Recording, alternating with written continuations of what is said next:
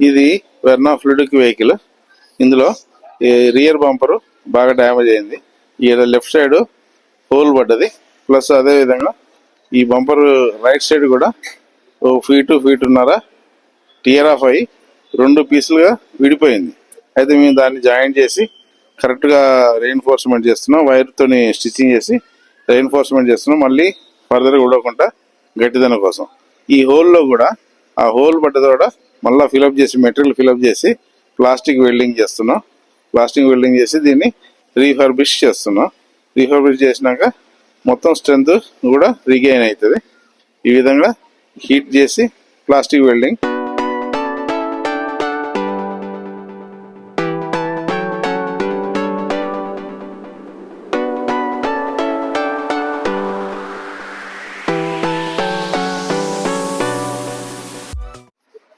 Dear friends, మీరు ఇంతకుముందు చూసిన విధంగా ఈ బంపర్ని రీవర్క్ చేసినాం.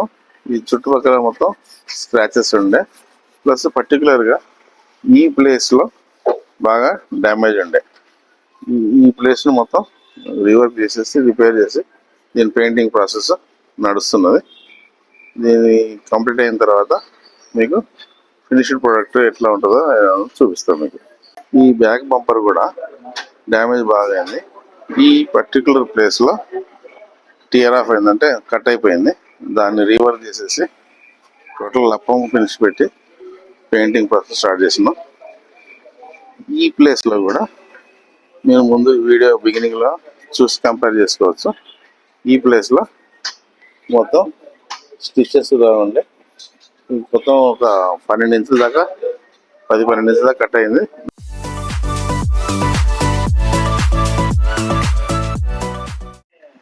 ఇది మీరు ఇంతకుముందు బిగినింగ్ ఆఫ్ ది వీడియోలో చెప్పాను, బంపర్ రిపేర్ చేసి రీవర్క్ చేసి చేస్తున్నామని. అయితే ఇది పెయింట్ ప్రాసెస్ కంప్లీట్ అయిపోయింది. పెయింటింగ్ అయిపోయిన తర్వాత మీకు ఈ విధంగా కనబడుతుంది. మీరు వీడియో మొదటి భాగంలో ఒక డ్యామేజ్ చూపించాను, దాన్ని దీంతో కంపేర్ చేసేయండి. చేస్తే మీకు తెలుస్తుంది. ఎక్కడ మీరు గుర్తుపట్టలేనంతగా ఉంది. ఇక్కడ వైర్ పెట్టి రీవర్క్ చేసినాము. అదే విధంగా ఈ ప్లేస్లో మనం రిపేర్ చేసాం. మీకు ఇప్పుడు ఏ విధంగా గుర్తుపట్టినంతగా ఉంది. ఇది పెయింట్ కంప్లీట్ అయిపోయింది. ఈ వెహికల్లో మీరు చూడొచ్చు. కంప్లీట్ అయిపోయిన తర్వాత ఫినిషింగ్ ఎట్లా ఉందో. ఈ ఫ్రంట్ బంపర్ కూడా మీరు చూడొచ్చు. ఇదంతా రీవర్క్ చేసి స్క్రాచెస్ ఉన్నాయి.